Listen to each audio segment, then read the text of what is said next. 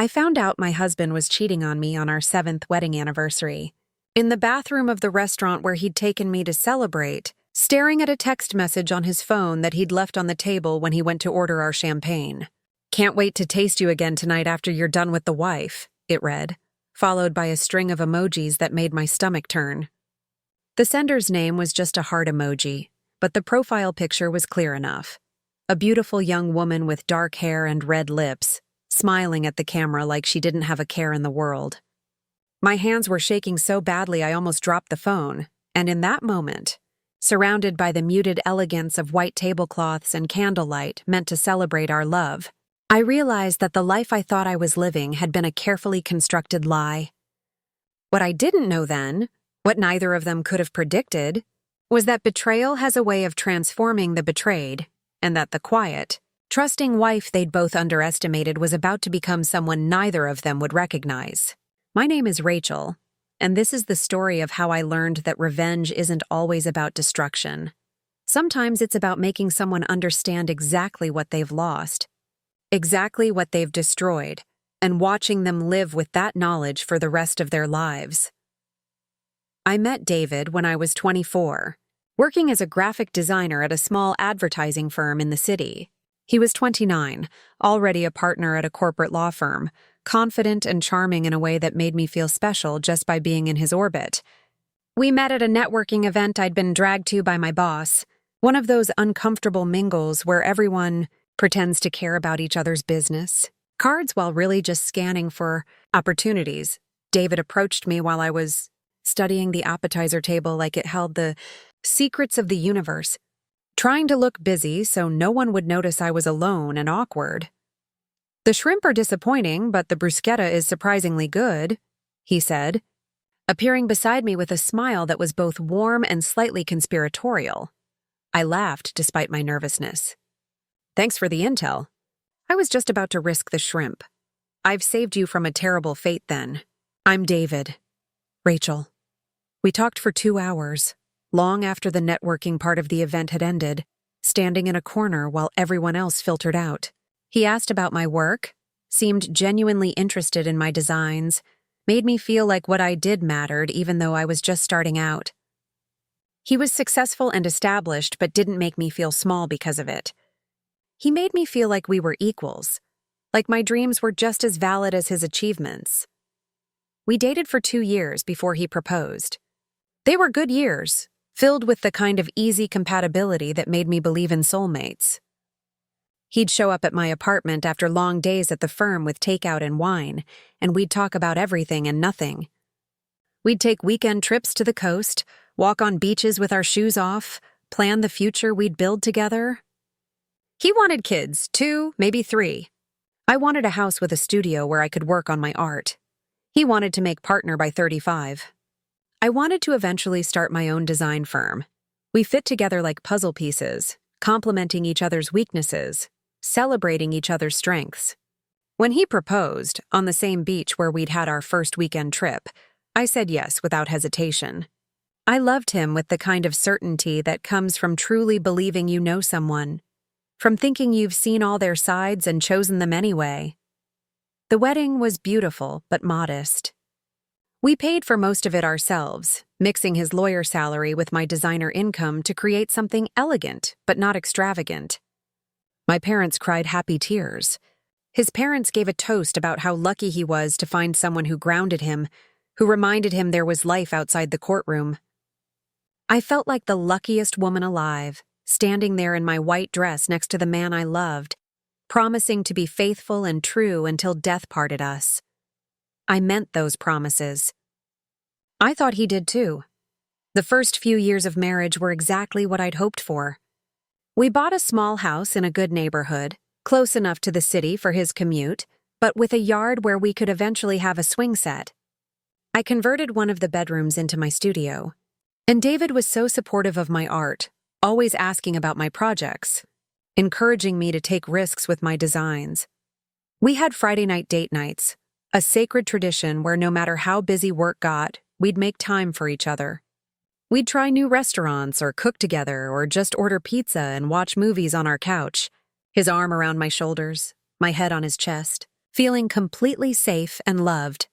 I freelanced from home while also taking on contract work with various agencies, building my portfolio and my reputation. David worked long hours but always came home to me.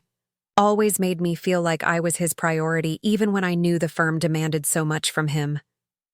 He'd text me during the day, "Thinking about you," or "Can't wait to be home." Little reminders that even when we were apart, we were connected. We tried for a baby when I was 28. I wanted to be a mother, wanted to give David the family he dreamed about. But month after month, the pregnancy tests came back negative. After a year of trying, we saw specialists who ran tests and gave us statistics and treatment options. The diagnosis was unexplained infertility. Nothing specifically wrong with either of us. But somehow we just weren't conceiving. "We'll keep trying," David said, holding me while I cried after yet another negative test. "And if we can't have biological children, we'll adopt. We'll foster." There are so many ways to build a family, Rachel. This doesn't change anything about us. I loved him so much in that moment, for making me feel like I wasn't broken, like our inability to conceive wasn't a failure. We agreed to take a break from actively trying, to just let things happen naturally while we focused on other aspects of our lives. The pressure had been taking a toll on both of us, and stepping back felt like relief. That's when things started to change. So slowly I didn't notice at first. David started working later. Not occasionally, that had always been part of his job, but consistently.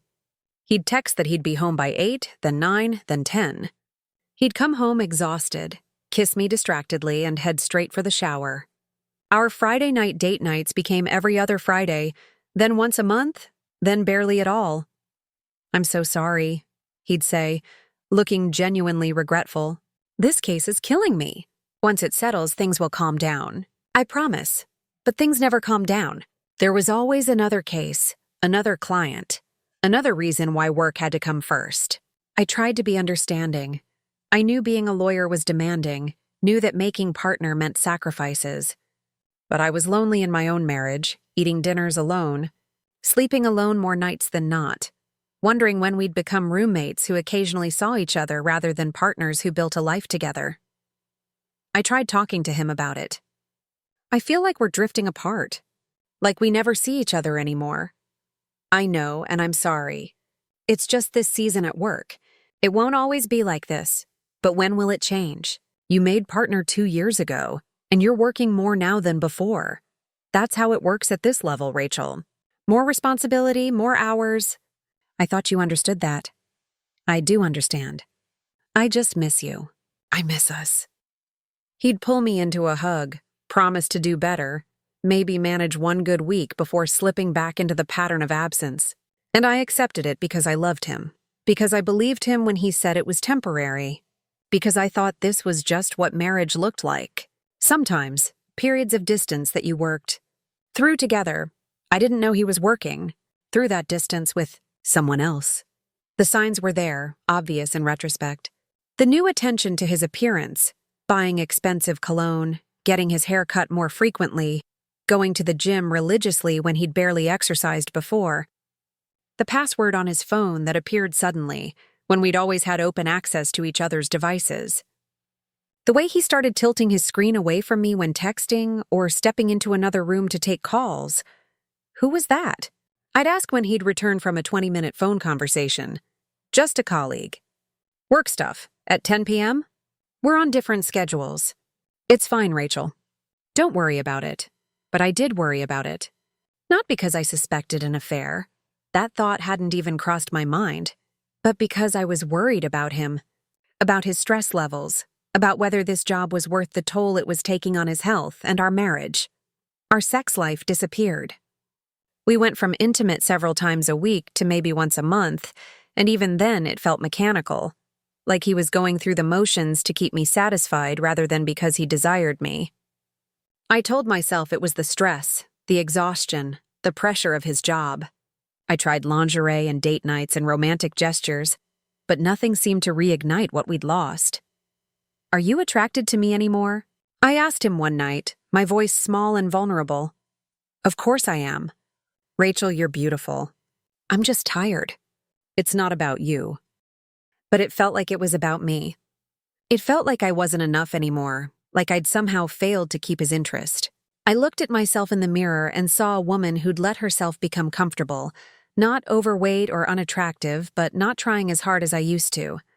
I started working out more, buying nicer clothes, doing my hair and makeup even on days I worked from home, trying to become whatever version of myself might make my husband notice me again.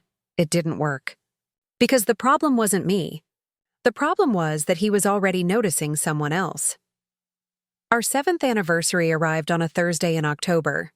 I'd been looking forward to it, hoping it might be a turning point, a chance to reconnect and remember why we'd fallen in love in the first place. David surprised me by actually taking the evening off.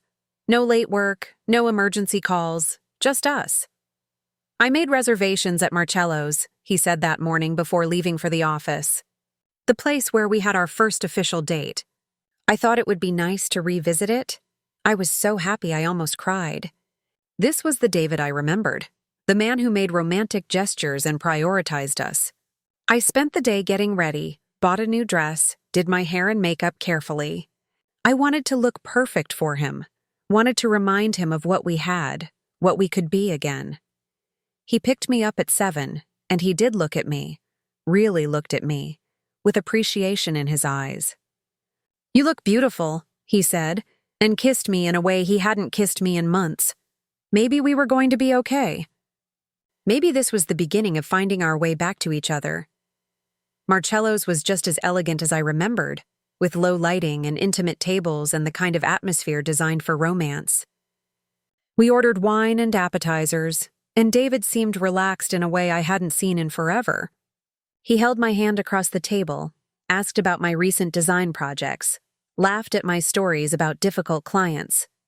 "I'm sorry I've been so absent," he said at one point. "I know this year has been hard. I want to do better. I want us to do better." "I want that too," I said, squeezing his hand. "I've missed you, David. I've missed us. I've missed us too." He excused himself to go order a bottle of champagne. Something special, he said, to toast to the next 7 years. I watched him walk toward the bar, so handsome in his suit, and felt a surge of love and hope. Maybe we really were going to be okay. That's when I noticed his phone on the table, face up, the screen lighting up with a new message notification. I wasn't trying to snoop. I wasn't that wife, the one who checked her husband's phone and invaded his privacy.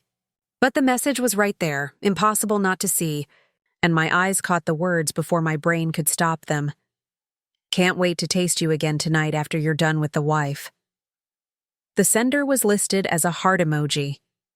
The profile picture was a young woman with dark hair and red lips, looking directly at the camera with a confident smile. My heart stopped.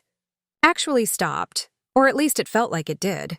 I picked up his phone with trembling hands, unlocked it, the password was our anniversary date, ironically, and scrolled through the conversation. Months of messages. Explicit photos, plans for hotel meetings, "I love you" exchanged between them. References to me as the wife, spoken about with contempt, like I was an inconvenience rather than a person. His words to her were passionate, romantic, the kind of things he used to say to me but hadn't in so long. I found her name in an earlier message. Brooke. 26 years old according to her profile. A paralegal at his firm. Beautiful in that effortless way some young women are. All confidence and sex appeal, and none of the weight of a 7-year marriage dragging her down. I don't know how long I sat there scrolling through evidence of my husband's affair, but it must have been several minutes because suddenly David was there, standing beside the table, holding a bottle of champagne, his face going white as he saw what I was looking at. "Rachel." I looked up at him, and I'm sure my face reflected the devastation I felt. "How long?" "It's not, I can explain." "How long, David?" He sat down heavily, all the color drained from his face. Around us, other couples continued their romantic dinners, oblivious to the fact that my entire world was imploding at table 12. 8 months, 8 months. While I'd been trying to work out more, dress better, be more attractive to him. While I'd been lonely in our marriage, thinking it was just a rough patch.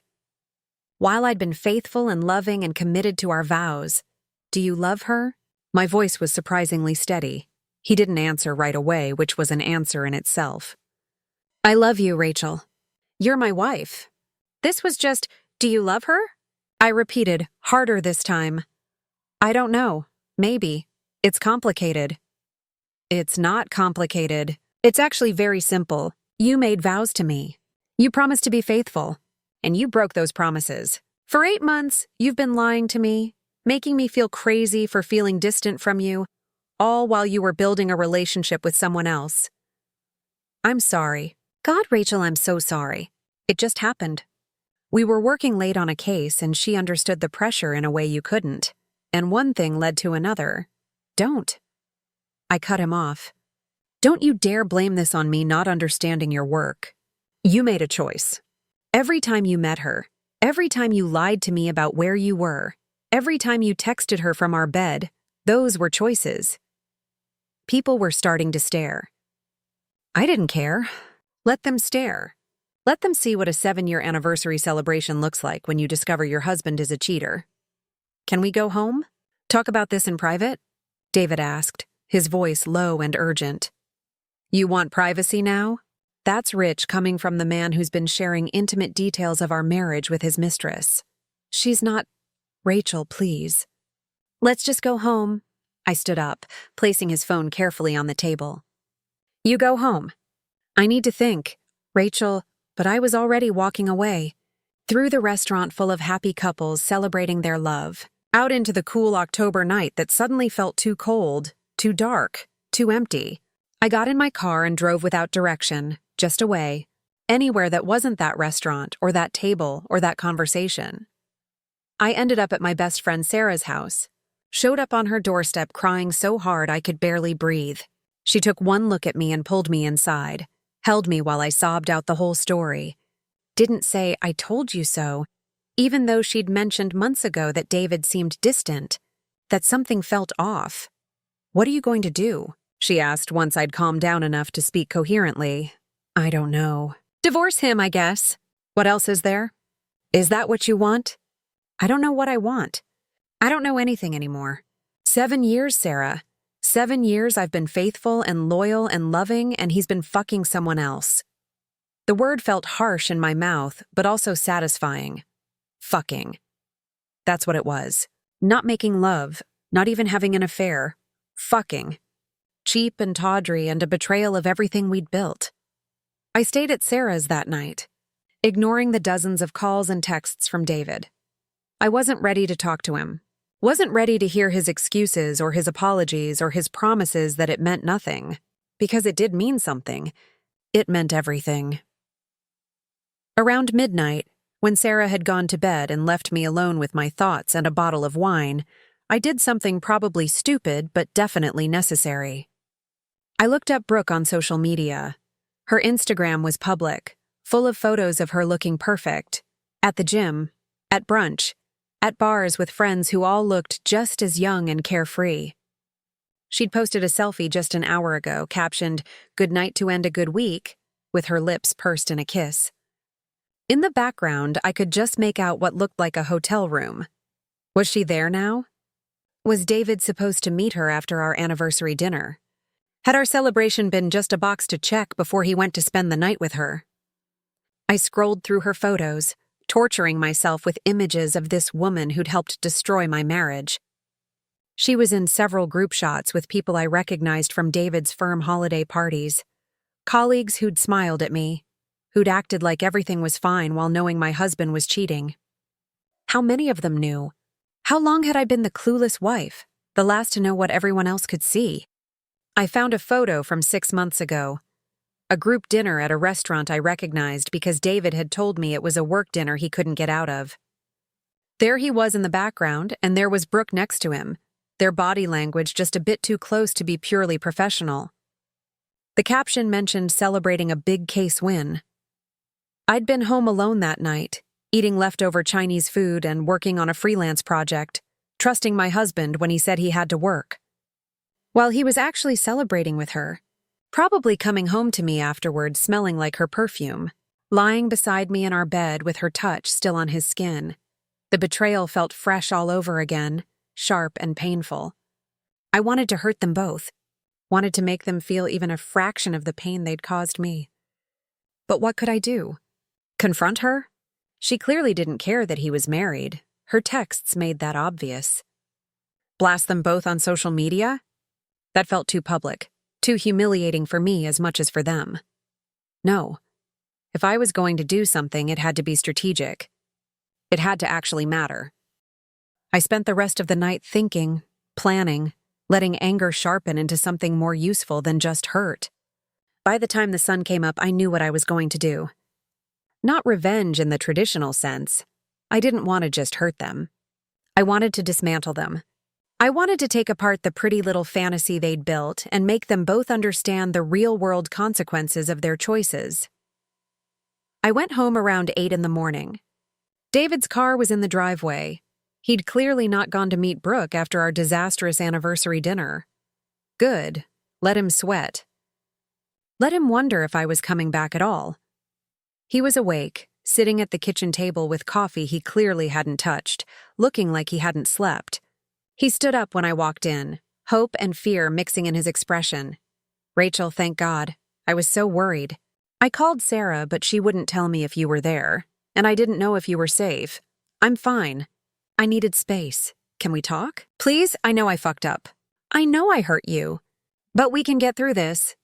We can go to counseling. I'll end things with Brooke. We can rebuild. You'll end things with Brooke," I repeated flatly. "How generous of you. You'll stop fucking your mistress because your wife found out." He flinched at my tone. "I know how it sounds, but I do want to fix this. I love you, Rachel. Our marriage is worth fighting for, is it? Because for 8 months you didn't seem to think so. For 8 months you chose her over me every single time. I made mistakes. Terrible mistakes. But people make mistakes, Rachel.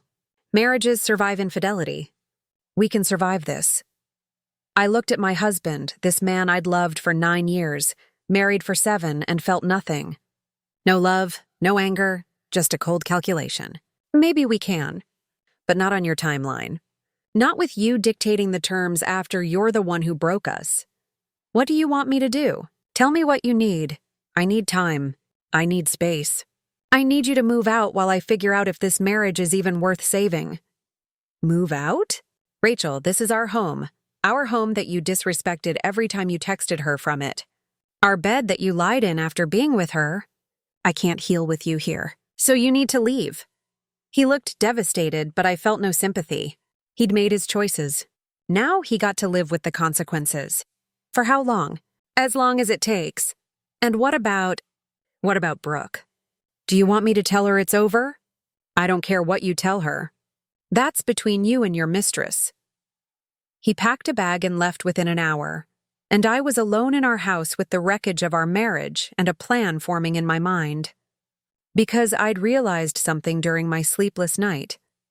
David would hurt from losing me, from the potential end of our marriage. But Brooke thought she was winning.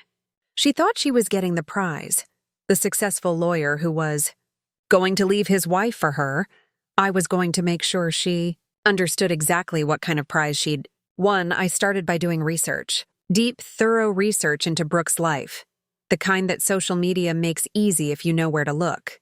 I learned she lived in a nice apartment downtown, split rent with a roommate.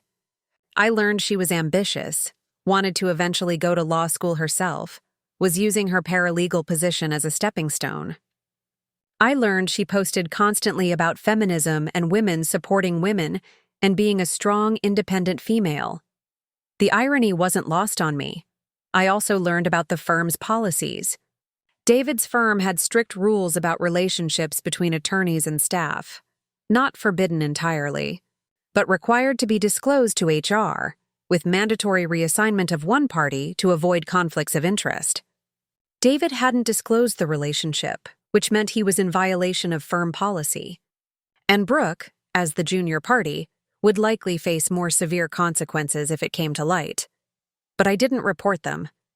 Not yet. That would be too quick, too easy. I wanted them to hurt more than that.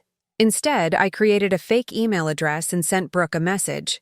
Simple, straightforward, devastating. I know you're sleeping with David Williams. I know he's married. I'm not his wife. I'm someone else he's been seeing. He's playing both of us, and we both deserve to know the truth. I attached screenshots of texts between David and me from recent weeks. Loving messages, plans for our anniversary, him calling me baby and saying he loved me. Texts that directly contradicted whatever he'd been telling Brooke about our marriage being over, or loveless, or whatever lie he'd sold her. I sent it and waited. Her response came within hours, sent to the email address I'd created. Who is this? How did you get my email? This is harassment, I replied. This isn't harassment. This is one woman warning another. David has been telling me his marriage is over, that he's leaving his wife, that I'm special. I'm guessing he's told you the same things. Check the dates on those screenshots. Check how recently he was telling her he loved her. We're both being played. 3 hours of silence. Then, if you're really another woman he's seeing, prove it. Send me something more recent. I'd anticipated this. I'd gone through my phone and found the perfect photo. A selfie David had sent me just last week, lying in bed, captioned, "Wish you were here next to me." I'd been traveling for a work conference. In the photo, he was clearly in our bed, in our bedroom, and the timestamp was unmistakable. I sent it to her. From last week. While I was out of town for work. He told me he missed me. I'm guessing he told you he was working late or on a business trip or whatever lie he used to explain his absence. This time, the silence stretched longer. I imagined her looking at the photo, doing the math, realizing that the man she thought was choosing her over his wife was actually choosing no one but himself, keeping us both on the line like options rather than people. Finally. I want to meet. I need to know if this is real. Hook, line, sinker. We arranged to meet at a coffee shop neutral territory. I arrived early, positioned myself where I could see the entrance, and waited. Brooke walked in exactly on time, looking around nervously. She was even more beautiful in person, tall, confident, her dark hair falling perfectly around her face. She looked young and vibrant and everything I felt like I wasn't anymore. She sat down across from me, and I watched her expression shift from confused to shocked as she realized who I was. You're his wife? I am. Though I told you the truth, I'm not here as his wife. I'm here as another woman he's been lying to. The title is different, but the betrayal is the same. She looked like she wanted to run. This is insane. You catfished me. I got your attention. If I'd reached out as his wife, you'd never have agreed to meet. You'd have dismissed anything I said as a scorned spouse trying to hold on to her man. I leaned forward, but you needed to hear this from someone you thought was an ally, not a rival. David has been lying to both of us. He told me your marriage was over, that you were basically roommates, that he was just waiting for the right time to file for divorce. And yet we just celebrated our 7th anniversary at a romantic restaurant, where he told me he loved me and wanted to work on rebuilding what we'd lost. Does that sound like a man planning to leave his wife? She was quiet, processing. I could see the wheels turning in her head, see her reconciling the David she thought she knew with the evidence I was presenting. Why are you doing this? She asked finally. Why tell me any of this? Why not just divorce him and move on? Because you deserve to know the truth. Because he's going to hurt you the same way he hurt me, and I don't think any woman deserves that. Even the woman who helped destroy my marriage. I didn't know. I knew he was married, but he said it was over. He said you guys were just going through the motions until he could leave. And you believed him? Why wouldn't I? He's a lawyer. He's successful and smart, and he seemed so genuine. He told me he loved me. He told me that too. As recently as last week. We can't both be the love of his life, Brooke. She looked young suddenly, vulnerable in a way her Instagram confidence never showed. What do you want from me? I want you to see him clearly. To understand that you're not special, you're not different, you're not the one who finally made him happy enough to leave. You're just convenient, young and beautiful and easy because you don't come with 7 years of history and failed attempts at pregnancy and the complications of real life. That's not fair. Nothing about this situation is fair. But fair or not, it's true. He's been using both of us, and when he gets bored or when it gets too complicated, he'll find someone else. That's who he is. That's who you're in love with." She was crying now, mascara running down her cheeks, and I felt a twisted satisfaction. Not because I enjoyed her pain, but because I wanted her to feel even a fraction of what I'd felt finding those texts. I wanted her perfect little affair to be tainted with reality. "I should go," she said, starting to stand. "Wait, there's more you need to know." She sat back down reluctantly. "David hasn't disclosed your relationship to HR. According to firm policy, relationships between attorneys and staff have to be reported and one person gets reassigned. He hasn't reported it because it would complicate things for him professionally. Which means if your relationship ever comes to light, you'll be the one facing consequences. You'll be the paralegal who was sleeping with a married attorney. He'll claim he was trying to be appropriate by not reporting it, that it wasn't serious enough to warrant disclosure. And you'll be the one looking for a new job." Her face went white. "He wouldn't do that, wouldn't he? He's been lying to both of us for months. He's been willing to risk my health by potentially exposing me to STDs if he's seeing anyone besides us. He's been willing to violate his professional ethics and firm policy. What makes you think he wouldn't throw you under the bus to protect himself?" She didn't have an answer to that. I stood up, leaving her sitting there with her ruined makeup and her shattered illusions. "I'm not trying to get you to end things with him. That's your choice, but you should make that choice with full information, knowing exactly who he is and what he's capable of. Whether you stay or go, you're going to get hurt. I'm just trying to make sure you hurt with your eyes open instead of closed." I walked out of that coffee shop feeling lighter than I had in days. I hadn't screamed or thrown things or made a scene. I'd just told the truth, planted seeds of doubt that would grow and grow until they choked out whatever fantasy she'd been living in. And then I went home and filed for divorce. David called me that evening, his voice tight with anger. "What the fuck did you do?" "Brooke just broke up with me. She said you met with her, told her a bunch of lies about me, poisoned her against me." I didn't tell her any lies. I showed her screenshots of our text conversations. I told her about our anniversary dinner. I explained firm policy about undisclosed relationships. All facts, David. If the facts made her break up with you, that's on you, not me. You had no right to contact her, to drag her into our marital issues. She was already in our marital issues. She was the marital issue. I just made sure she knew the full story instead of the edited version you'd been feeding her. This is crazy, Rachel. You're acting crazy. No, I'm acting like someone who's done being lied to. I filed for divorce today. You'll be served with papers next week. Silence on the other end. Then, "You're serious? You're really ending our marriage over this? You ended our marriage when you started fucking someone else. I'm just making it official. We can fix this. Go to counseling. Work through it. People survive affairs, Rachel. Maybe they do. But I don't want to. I don't want to spend years wondering if you're really working late or seeing someone else. I don't want to have to check your phone and question every word you say. I don't want to be married to someone I can't trust. So that's it? 7 years and you're just done? No, David. You were done 8 months ago when you made the choice to cheat. I'm just accepting what you already decided." I hung up before he could respond and blocked his number. Any further communication could go through lawyers. The next few weeks were brutal.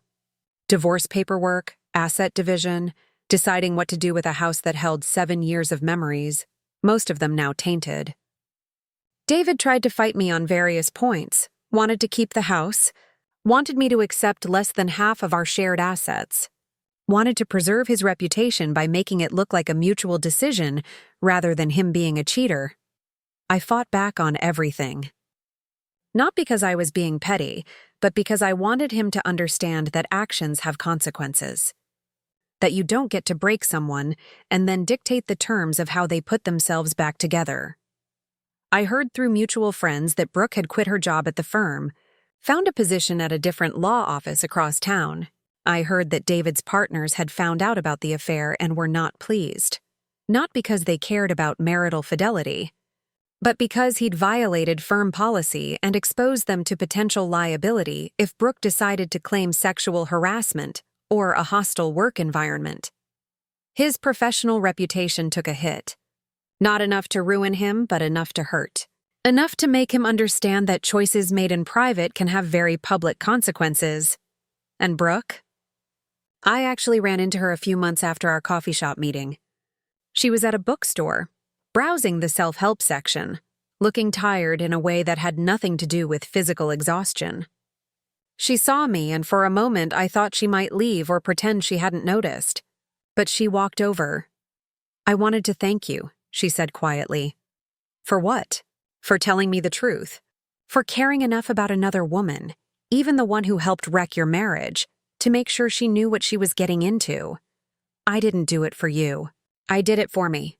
So you'd stop thinking you'd won some prize and realize you'd just gotten different versions of the same lies I got." "I know. But still."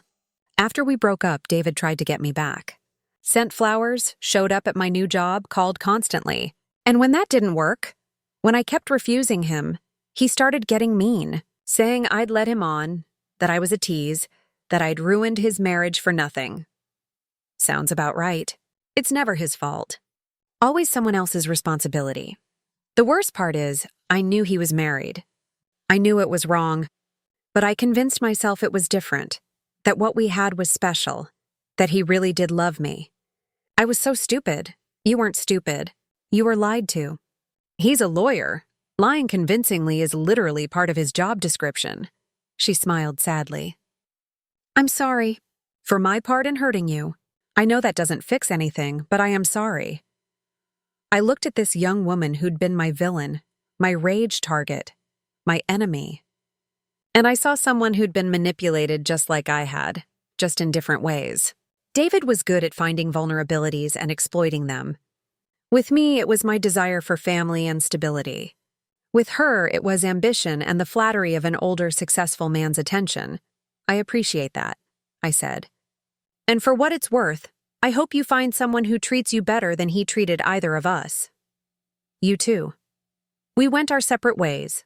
Two women connected by the same man's betrayal, both trying to rebuild from the damage he'd caused. The divorce was finalized 6 months after I found those texts.